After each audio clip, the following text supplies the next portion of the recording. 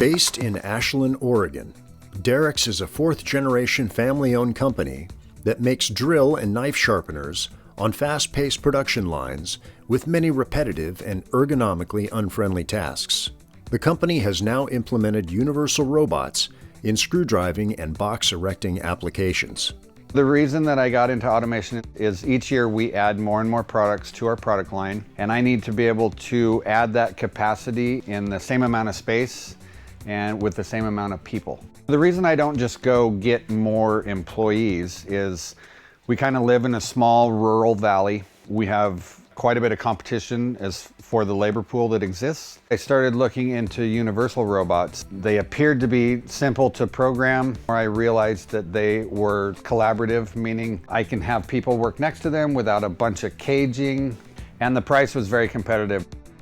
To integrate our very first robot that we purchased, one of my engineers received the unit one day. He essentially took it out of the box and within an hour had it doing something. The first application that we've started using our UR3 for is screw driving. Traditionally, we would have an operator with a pneumatic screw gun. So the first thing that we did was program the robot to perform this task. It seemed to be low-hanging fruit. It was also a task that people did not like to do.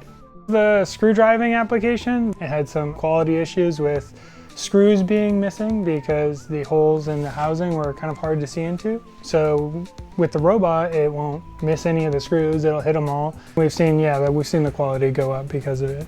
When we started with the UR, it went so smoothly, we decided to take that next step and add the conveyor system and all the PLC controlling, the things like the pneumatic press, and add another UR robot on the boxing side of it. When I was looking at how I was going to control the entire system with the conveyor and all these different stations, I actually decided to go with the UR as the main controller for the entire system because the user's interface was so easy to use and it was so fast, and I could program that entire thing so quickly that I was really happy with that decision.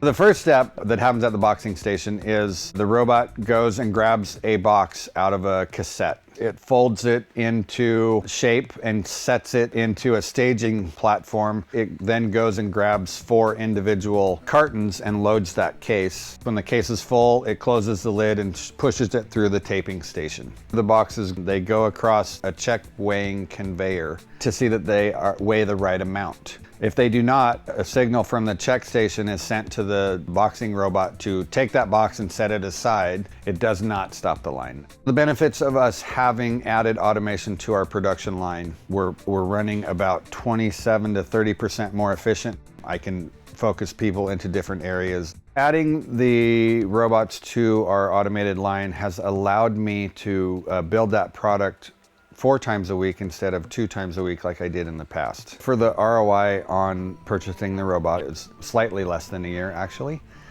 So I'm very happy about that. And then for the automation project overall, I was ahead of budget quite a bit. We've really found that companies that can integrate the robot themselves, they understand the application and the hardware a lot better, and it allows them to support their projects themselves and to help find other applications throughout their facility for collaborative robots. Now that I have a couple of great applications for robots, I'm definitely planning to use more robots throughout the factory. We are very interested in the palletizing station. It keeps people from reaching and bending by having a robot load the pallets. We could easily replicate the automation line that we've created now 2 or 3 more times in our production area and accomplish the same thing with other products.